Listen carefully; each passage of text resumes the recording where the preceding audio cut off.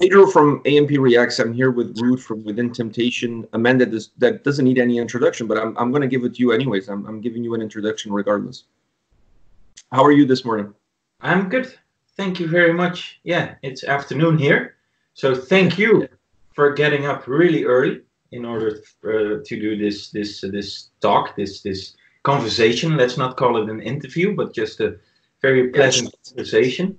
And it's still over here in Europe, it's still too early for a beer, hence the cup of tea. But beer is for me after this, so that's good. Too early. I thought there was no such thing as too early for beer. Yeah, that's true. That's true. But once I start going down that road, then I've become much wiser by my age. You know. So. Yeah, age will do that to you. You start to learn from your mistakes of the past, and definitely, and you definitely become wiser. I want to start off by saying thank you for taking the time to sit down with me today and having a chat about the band, about yourself, about music in general. I just really want to say thank you because I know you're a busy guy, and I appreciate you taking the time. You're very welcome. No problem at all. I want to start off by talking about your solo project because, I mean, I'm sure everybody watching this interview or this chat, let's call it chat, this chat knows about your work Within Temptation, but your solo work, at least to me, it wasn't, I wasn't as aware of it until we started talking, and then I dove into it. I heard, I don't know if this is true, but I heard you're working on a new release. What can you tell us?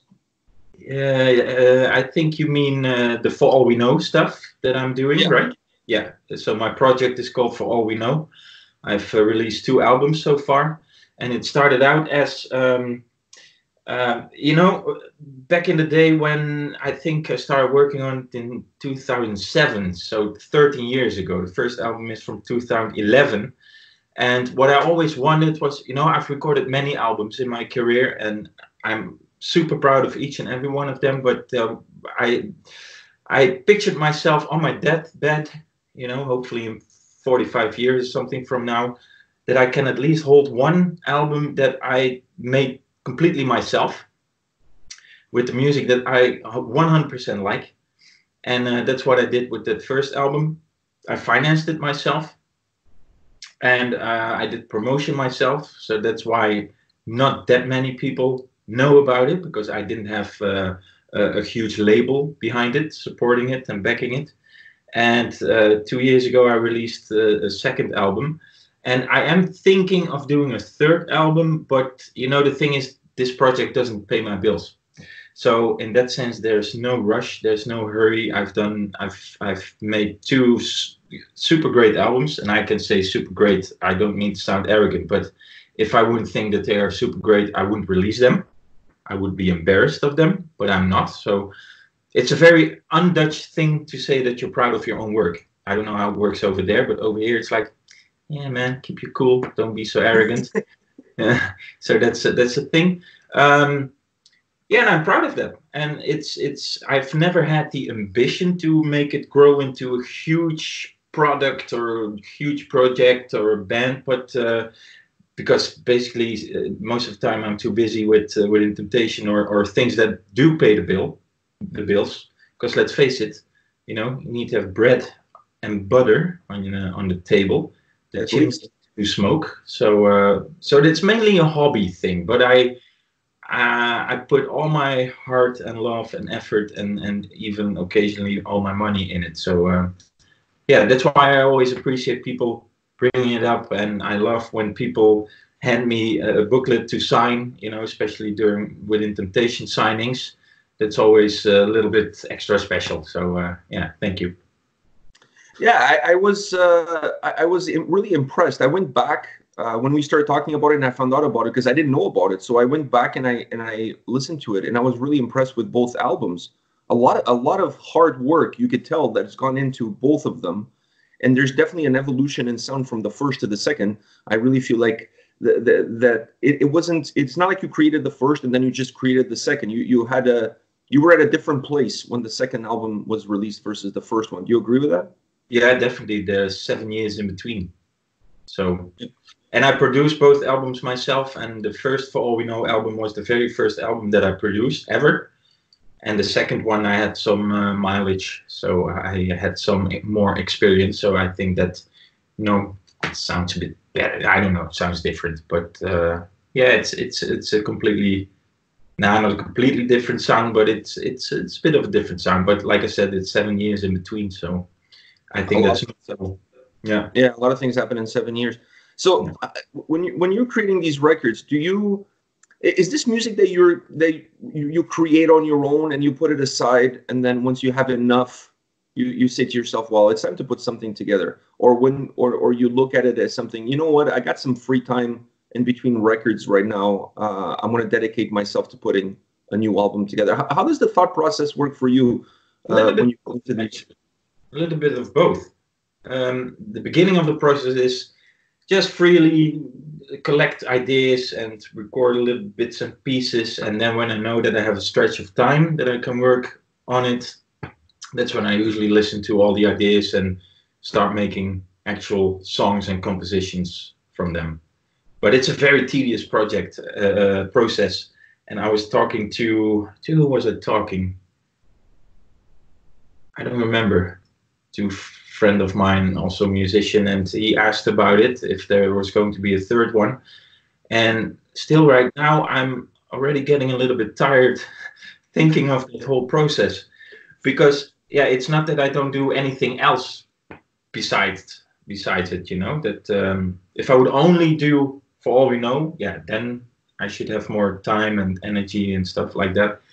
But yeah, with Temptation, you know, and that's usually pretty busy, not all the time, but we have long breaks in between. But then I feel that maybe it comes with age. I feel that I also need to live my life in order to be able to create a new album eventually. I'm not the person who can go from album to album to album to album. I feel that I need a break, live my life, and just be, you know, easy going with all the ideas that come. Because like I said, that project doesn't pay my bills, so there's no real hurry for me. So almost like your life experiences drive the music you create. Would that be a fair thing to say? I think that's a very fair thing to say. Yeah, exactly. So you basically, for you to, when you look at Within Temptation and the work you do there, when you look at your own solo stuff has a different baseline that drives the creative process, a more personal. There's a more personal touch there. With my own stuff, I'm the one person who decides on everything. That doesn't mean that I work closely together with the singer Woodstick, and he comes up with ideas and suggestions, and I totally listen to them. And usually, I think, especially with vocal melodies, his ideas are much better than mine. So I usually go with his things. But in the end, how do you say that? Verantwoordelijkheid, responsibility, or whatever. That's on me. Which is nice, which is great. I can steer it completely in the direction that I want, as opposed to Within Temptation. You know, that's a completely different thing over there. Yeah, at the end of the day, too, more pressure on you because you can't blame anybody else if things go sideways. True, but like I said, I'm pretty self-confident when it comes to that thing, so that's the right way. And even though if I get bad reviews, which doesn't happen that often, of course it always hurts a bit. But I'm like, yeah, fuck it. Can I say fuck? Yeah, you can say whatever you want. Cool. That's what I want to do. And what I really hope and what I think is going to happen is that I'm still very proud of those 2 albums, or 3 by that time, when I'm 85 and still alive, and I'm listening to them and I'm like, yeah, that's great. That's a cool album. You know, and that's why I was never that concerned in making it into a huge thing, because that would mean it needs a lot of promotion, and a lot of promotion costs a lot of money. Yeah, and there was no money because I didn't have a label, and I chose to not have a label, by the way. But yeah, so then you need to invest a lot, and like I said, it sounds as if I'm completely not ambitious at all. that's not the case. But yeah, I'm just realistic, you know. And I made basically I made these albums for myself. And if other people love them, then I'm super happy. And of course, I want other people to know about them. But I didn't feel like I'm going to force everyone into, and yeah, that's a bit how I think about it. I think that's a very, very good approach. Now, about the self-release, that brings up an interesting point. Do you feel like music in the era that we live in now, with streaming, downloads, all of this stuff, do you find that self-releasing is a profitable way to approach putting music out versus going with a big label? Like for you, what like you've done both, obviously, with In Temptation and yourself. Where do you see the pendulum going these days for an artist that perhaps is starting or has maybe an album under his belt? What's your idea? Yeah, that's a very good question. You know, there's something to say for both. Of course, you need a label. The way I see a label is that it's basically a bank. They give you an advance of money with usually pretty high interest. But for starting bands, that could help. What labels also usually are very good at and helpful with is promotion, especially if you have a big label.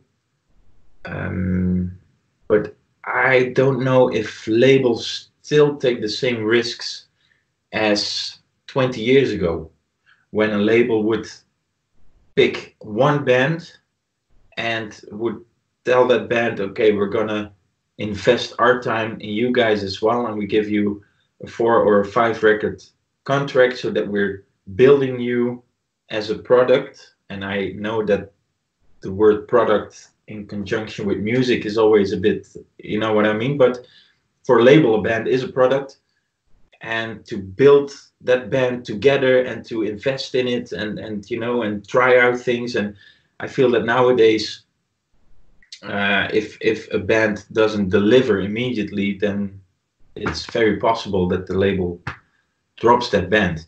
Of course, that depends on which band it is and the construction, and you know, it's always difficult. But yeah, on the other hand, you know, the band Marillion, I think that they are the first band who started with the whole crowdfunding thing, and that they would let their fan base you know, not dictate what the band is doing, but it gave the band a lot of freedom. Mm. And so they were the first ones back then, which I always, back then I found, whoa, what the hell are they doing? Whoa, that's brave. That's weird. Because I'm a big Marillion fan, especially of the Fish albums, the first 4 albums. But nowadays, everyone is doing it. I did a crowdfunding with Indiegogo as well for the second album, and that was very successful. And at first I was very hesitant with the whole crowdfunding thing, because yeah, is it begging for money? And then I talked to a lot of people, and they said, well, you know, if you just ask money without giving anything in return, then it's begging. But if you can, you know, give people something really nice in return, then it's basically a pre-sale. But yeah, but in a different kind of platform. And I did that, and that was really successful. Oh, my desk is falling apart. Wait. Oops. Yep, I'm back. And that was really successful, and that can help projects like this to, yeah, for some risk assessment, but also, you know, that you don't have to spend all that money, because it, yeah, releasing an album this way is about, I don't know, 15,000. That's a lot of money. Yeah, that is a lot of money. It's a lot of money, and of course you can earn it back by sales. But if you would have to pay 15,000 first and then hopefully getting some of that back, that's big risk. And with things like yeah, crowdfundings, then at least you have some money in advance already. So that's good. Yeah, you see more bands now going down that line. Going with a self-release and crowdfunding seems to become a more popular, more acceptable method of putting music out there. And you even see a lot of bands offering the album for free with purchase of tickets for the shows. Are bands these days having to create their own way of revenue streams, because it's so hard to make money on just the music that you have to be so creative in other ways, like the VIPs or merchandise, or increasing the amount of merchandise that you have available, going like with mugs and things like that. Is that the new way for a band to stay financially viable? I think so, because you need to come up with things that are not downloadable. You know, music, you can download music.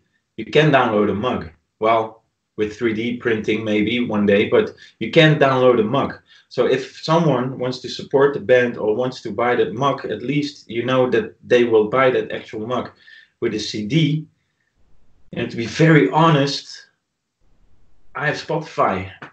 I rarely buy CDs. Well, I never buy CDs, never ever. I buy vinyl sometimes still from the bands that I really dig, you know. But yeah, myself, I do crowdfunding things, and I'm a patron on some podcast things and some musicians. So I understand how important it is for people to have some support in one way or the other. But if I buy an album, then I buy a digital download, because I don't want a CD. I do have a CD player, but I never use CDs anymore. I play vinyl if I play music or Spotify. And yeah, to answer your question, I think it's extremely important for bands to come up with new creative ways to for people to spend money on whatever you're creating. Yeah, I find myself the same as you. I don't buy CDs anymore. I pretty much download from iTunes. I purchase the music on iTunes, or so it's always on digital format. And I find that even if you listen to Spotify, the money that bands these days get on Spotify, it's really ridiculous. So Yeah. it would not even pay for the tea that you're drinking right now. So it's like, me as a fan, I also have to find creative ways in order to support the bands that I like, and a lot of people are not even aware. Like when you go to shows and you buy merchandise, the venue takes a percentage of the cut of the merchandise. So some people don't even know about that. Fans don't even know about that, and I think it's important for that awareness to be created, so that that fans can help the bands that they like, so that those bands can continue to create the music that they love to listen to. It's kind of like a vicious cycle, you know what I mean? Like one needs the other and the other needs the other. Yeah. And I think it's all parties have to be aware of that circle of life, if you will. Yeah. Yeah, especially it's true what you say with merchandise, because sometimes you see bands offering a simple t-shirt like this for 35 euros, and then you think, whoa, that's steep, 35 euros for a t-shirt. But yeah, the venue takes a cut. A band usually takes his own merchandiser on tour. That person needs to be paid, but that person also needs to sleep in a hotel on off days.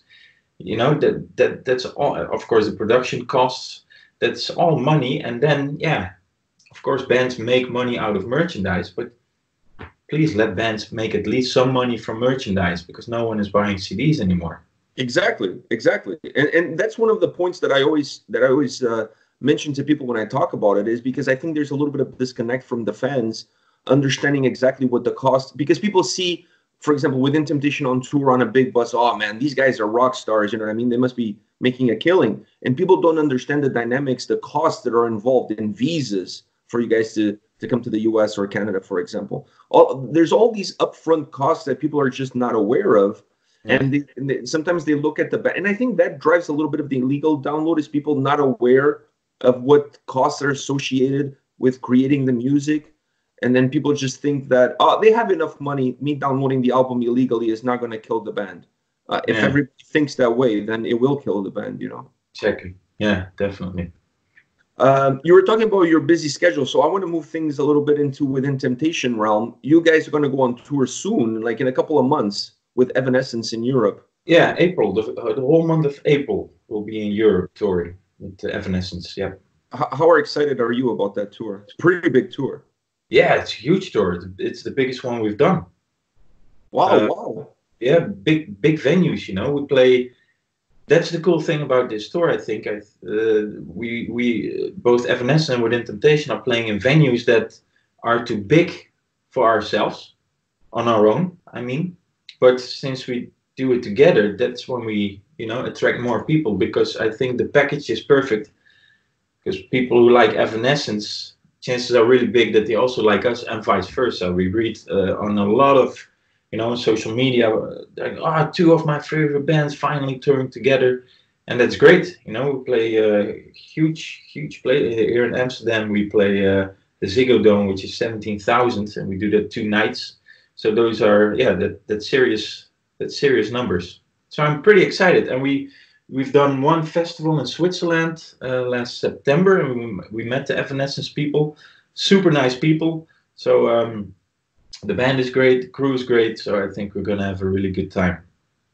Is it easier for you guys to put a tour together like this in Europe versus North America in terms of logistics and getting the right package together? Yeah, I don't know. I guess so, but I think you would have to ask the manager, because I'm obviously not involved in that aspect. You just show up and play. Yeah. That's a job in itself, that kind of stuff.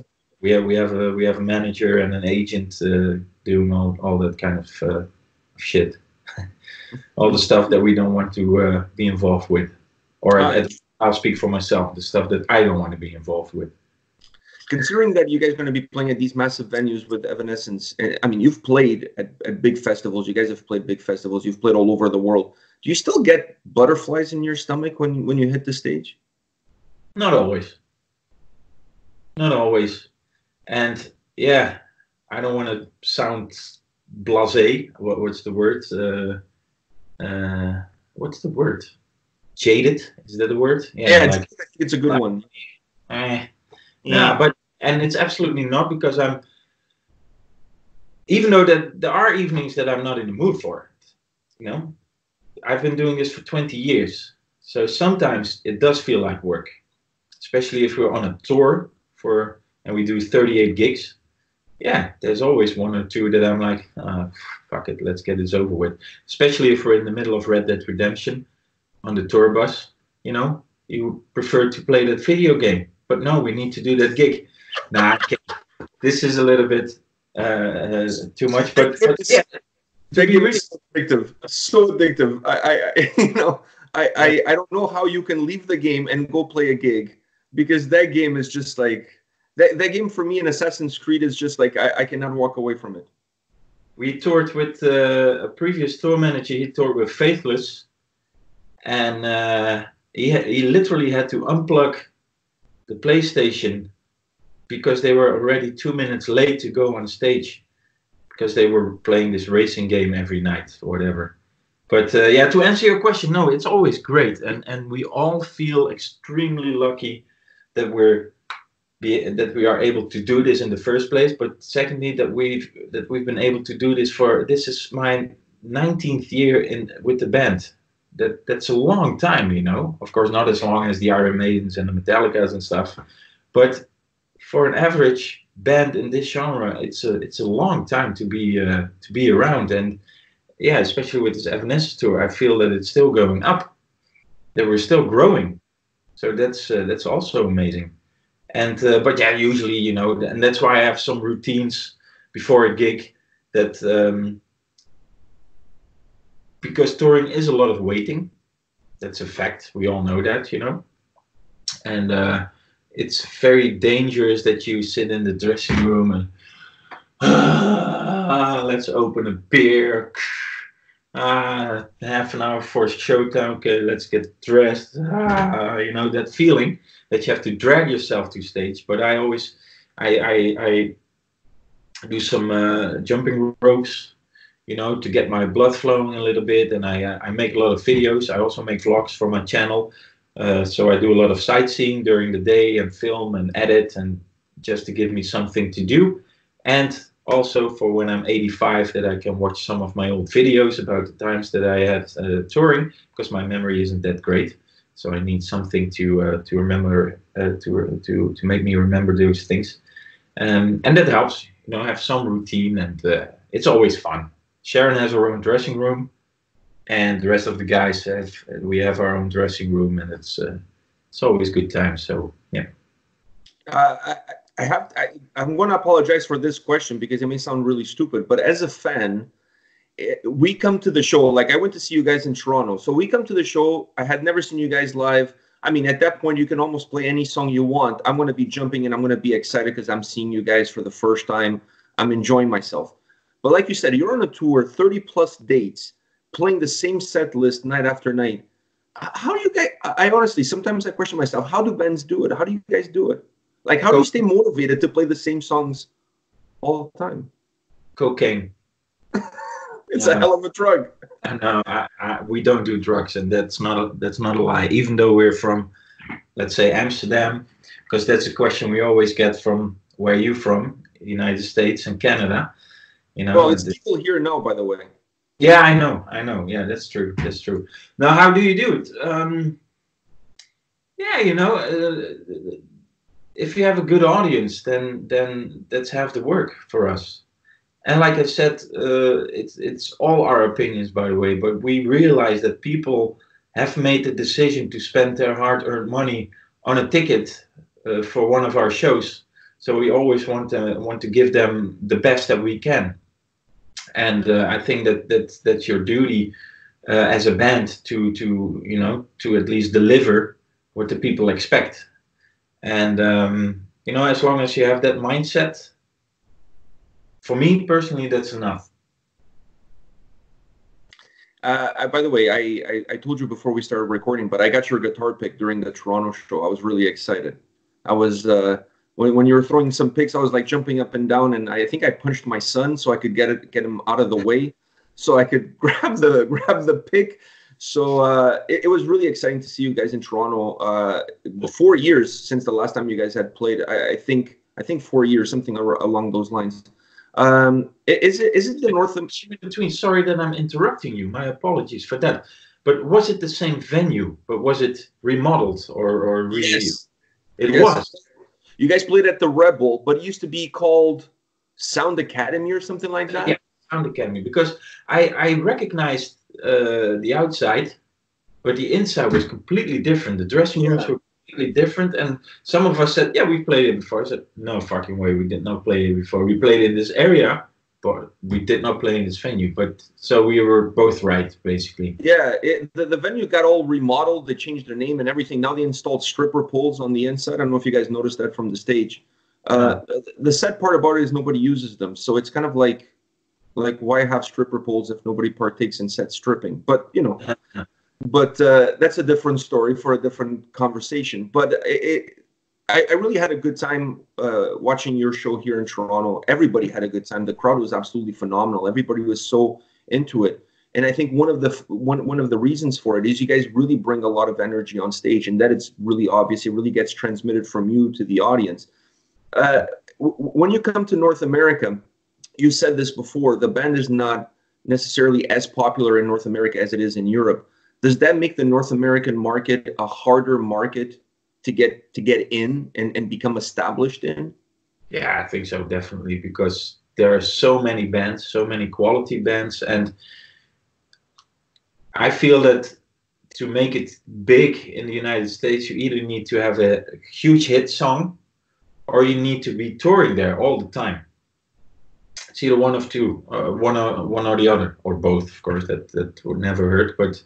And since it is very costly to go there touring, and we all have families. Well, I don't have a family, and our bass player doesn't have a family, but so we don't want to leave for more than 3.5 weeks. That's how we tour, 3 weeks, and then we're at home for 1 week.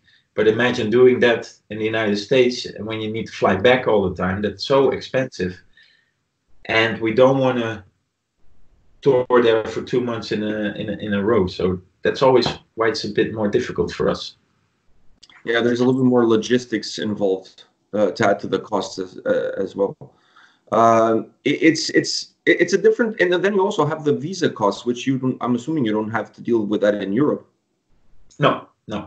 But the United States, I don't know exactly how much it is, because But it's a lot of money. It's really a lot of money, and and that's also something that not everyone realizes because they see 6 people on stage.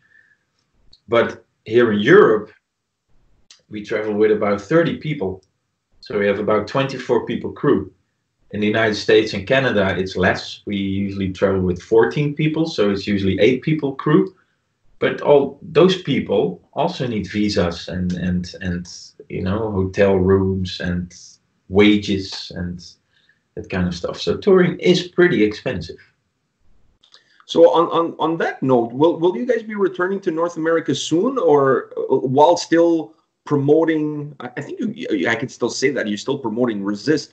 So would you guys come back while still promoting this album, or is this something that you're looking more down the road as you get closer to the next release? I think it's more down the road. Yeah, I think so. I'm not completely up to date with the plans, but I think it's more of a future thing. But we'll be back definitely, 100%. But when? Not that soon. Well, I'm a lucky guy then because I'm coming to Summer Breeze, so I'll see you guys headline one of the nights there. So awesome. I'm actually looking forward to that because I really enjoyed everything that you guys had as far as the production value was concerned on the tour here. But obviously, it's smaller venues; it's not outdoor. Everything changes when you go into a big outdoor venue like a big festival.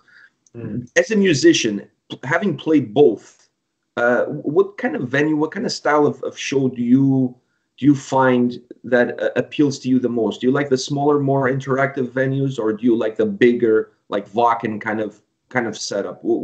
What drives you as a musician? I think the cool thing is that we are so fortunate that we can do both, and that's what makes it fun.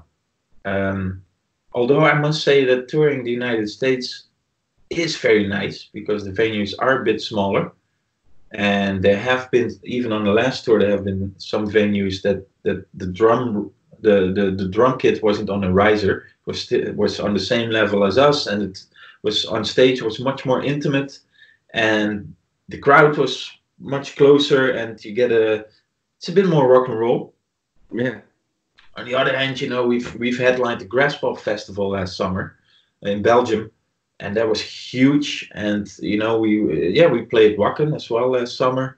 And yeah, it's always great, because let's face it, the thing that I see at that moment that I play on a stage like that, that's what I was dreaming of when I was a kid, and that always that moment that I walk on stage and see that crowd, that's when there's also always a split second that I realize, like, yeah, fuck, this is awesome.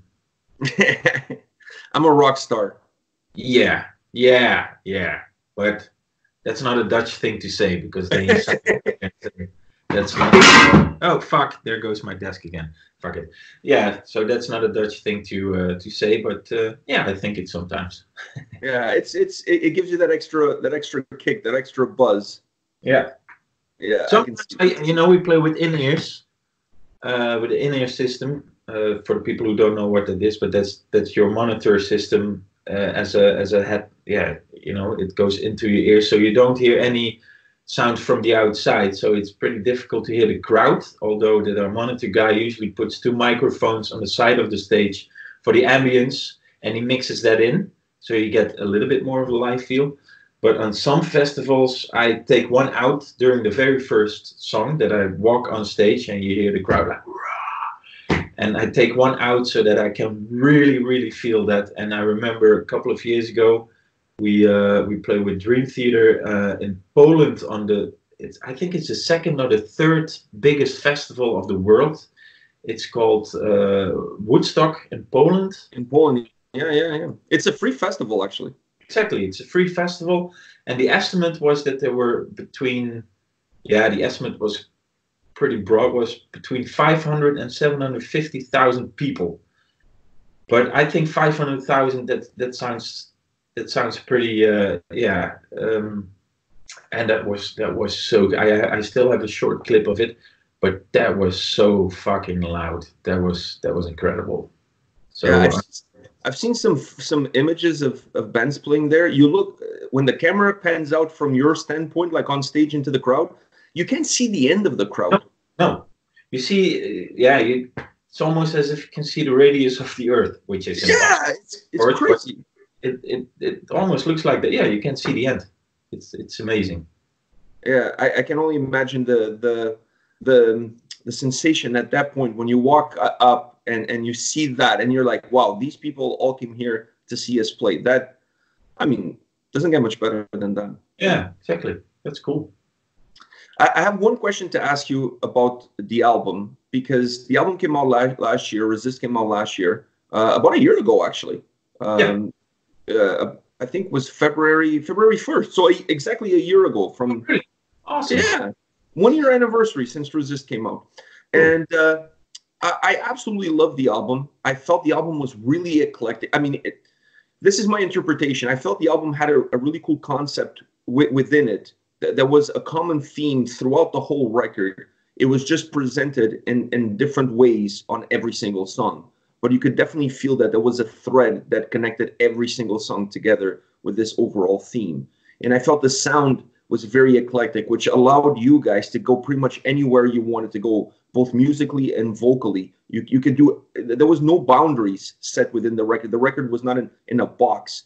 And that to me is something that really appealed to me on that album, because it allowed me to take the journey with the music from song to song. Was this album a difficult album for you as a musician to create? Was it different from the previous ones? Because to me it sounded and it felt different. Yeah, we are the type of band who always tries to do something different. As a matter of fact, I've recorded 2 new songs last week, and that's pretty different again. And, you know, some fans like it, some fans hate it. But yeah, because that happens, you know, if you compare the Resist album to the Mother Earth album, which was the breakthrough album, at least here in Europe, it's completely different. But there's 17 years in between or something like that, or longer, I don't know, but a long time in between. But yeah, we like to take risks.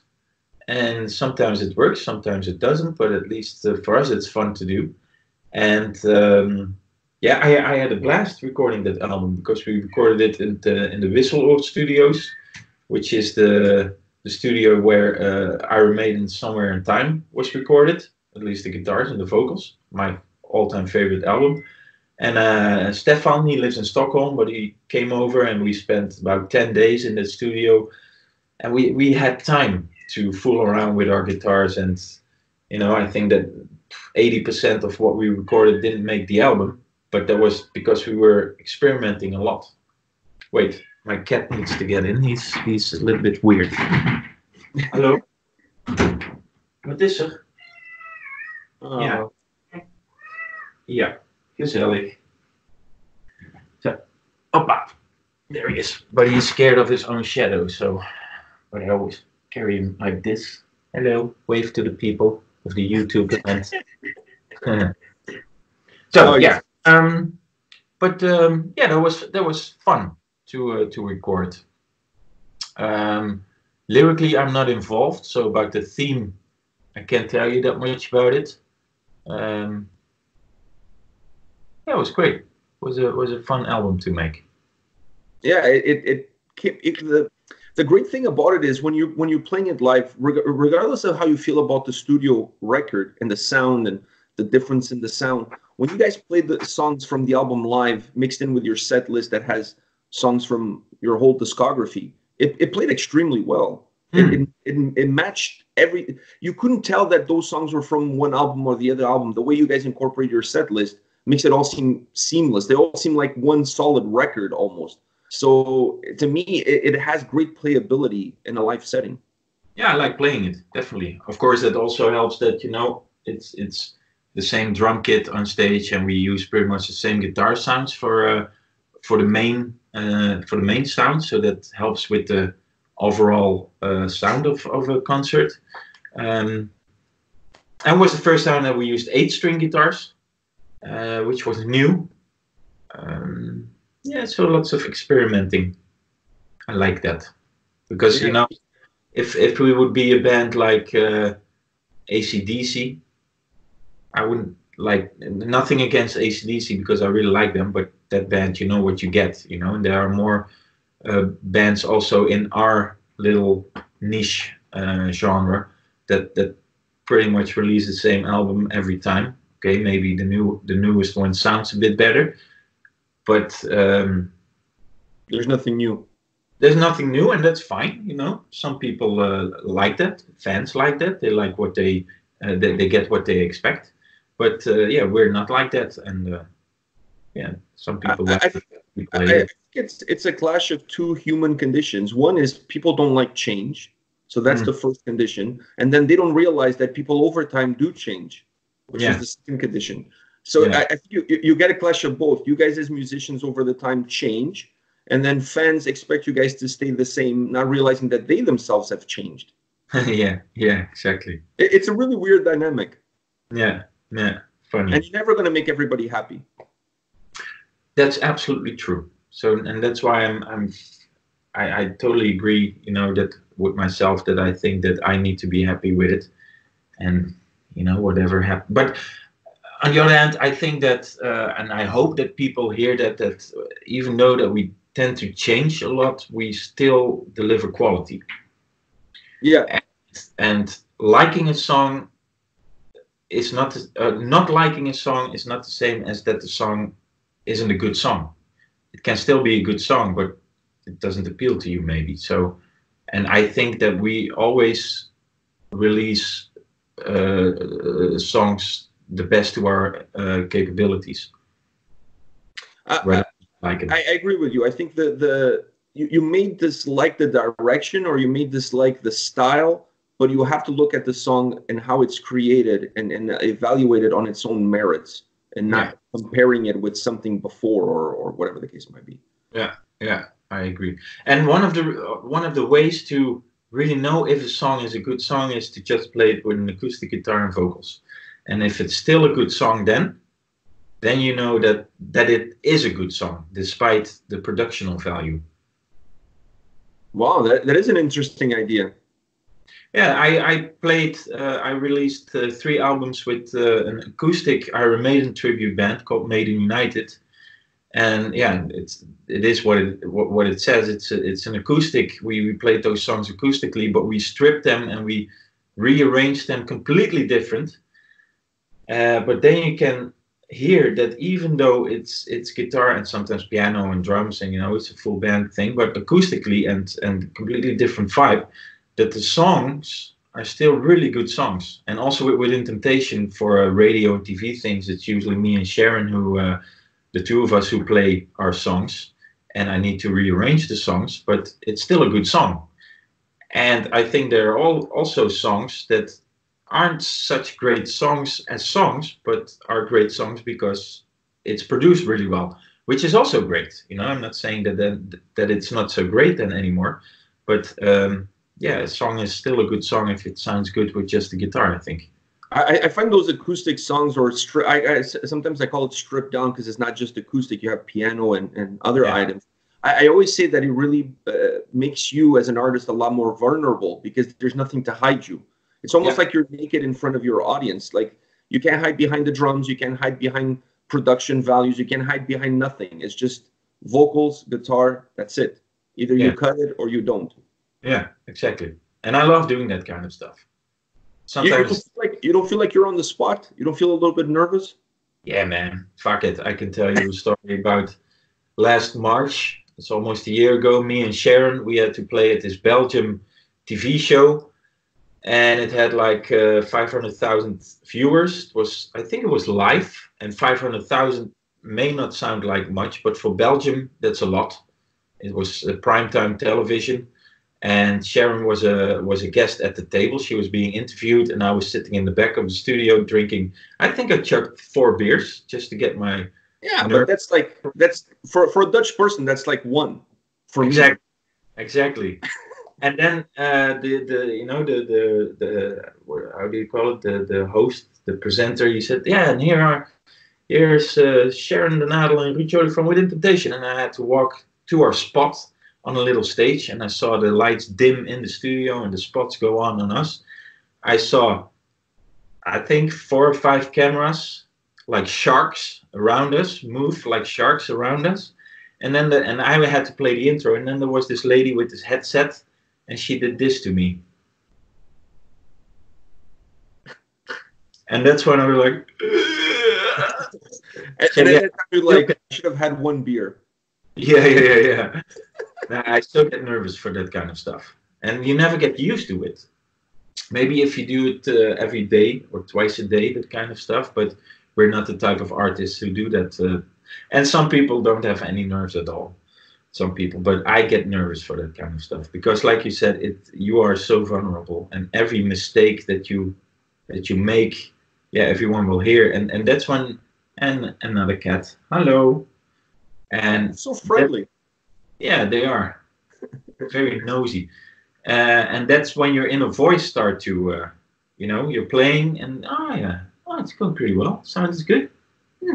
Haven't made a mistake yet.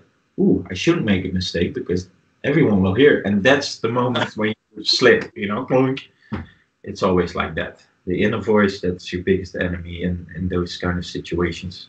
Yeah, those inner demons. Yep, definitely. I've taken so much of your time. I don't want to take any more of your time. I have one more question to ask you. Sure. Your persona on stage. We've been chatting now for like over 40 minutes. You're a very outgoing guy, and when I saw you guys play here, you had such a great, such great energy about you on stage. The way you interacting with the audience, playing. You seem like you were having almost as much fun, if not more fun, than we were as the audience. So I see you as a musician that really loves your craft and really enjoys doing what you do.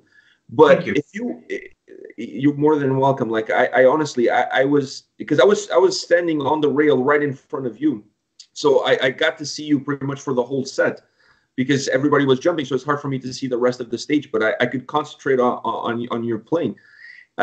So I could see how much you enjoy doing what you're doing. But I have to ask you this: if you weren't a musician, what would you be doing with your life? I think I would have been a teacher. I'm a teacher right now. I teach on Mondays and Tuesdays at the Metal Factory in Eindhoven in the Netherlands, and it's an actual music college with a specialization in heavy metal. It's even government funded. Oh, so wow. People who study there, they even get a scholarship. They get money from the government to study there. It's a unique school. And starting next year, we also can enroll people from outside the Netherlands, maybe even Canada. I don't know. So I really love teaching. I've been teaching since I was, I don't know, officially 22. So I think I would have been a full-time teacher. Yeah, I think so. And maybe I will in the future when the band breaks up. Or whatever. I don't know. It'll be like the movie School of Rock. School of Rock, yeah, I like that movie. A lot of people thought it was a bit of a childish movie, which I can understand. But I looked at it from a teacher point of view, because back then I was still teaching kids. I'm not teaching kids anymore. But back then I was still teaching kids. And there was actually a pretty big inspiration for me how to approach those kind of, class situations. That was fun. Yeah. Well, it's been a lot of fun talking to you today. Thank you very much for your time to chat with me. I really appreciate you taking the time to sit down and answer my silly questions. It was fun. And I'll see you this summer at Summer Breeze. Cool. Let's have a beer. Yeah. I was going to say I'm planning on bringing. I'm going to try to get to the front. I'm not expecting to get another guitar pick because I feel like I'm really lucky that I got one last time. You know what I mean? Like I said, I had to punch my own son in order to get to it. So I feel like, you have to do what you have to do. Exactly. At the end of the day, it's not judging. But I feel like this time I need to up my game in order to get your attention so I can try to get another one. So I think maybe I'll bring a bra and I'll throw a bra on stage. Cool. And hoping that because it's going to be a bigger crowd, so it's going to be harder for you to spot me. I understand. Bras are always appreciated. It's the best I can do.